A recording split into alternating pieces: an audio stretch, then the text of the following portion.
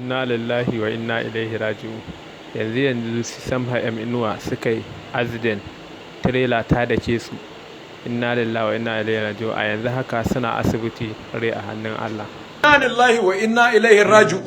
Yanzu nan ba daɗewa su samha inuwa dukan trailer sun daki trailer, dawowarsu daga biki daga Zaria ne, daga Zaria suna dawowa Kano. Ba daɗewa suka zo suka daki, kun ga motar yanda ta yi, kun ga yanda motar da suke ciki ta yi. To amma dai yanzu muka gama magana da samha inuwan da dama tun da dai yanzu tana asibiti. Yauwa ba sai na saka muku abin da ta turo mini ba, yauwa ba sai na saka muku ba, amma da Allah a mata addu'a takaitacciya, yauwa ta neman sauki. Allah ya bata lafiya kuma Allah ya kiyaye gaba. Amma dukan trailer fa, dukan trailer, ku je gadan ku daki trailer, mota ta pieces. Allah dai ya kiyaye wannan yawan tafiye-tafiyen da muke yi, Allah dai ya kiyaye mu. Wallahi azim nake gaya muku.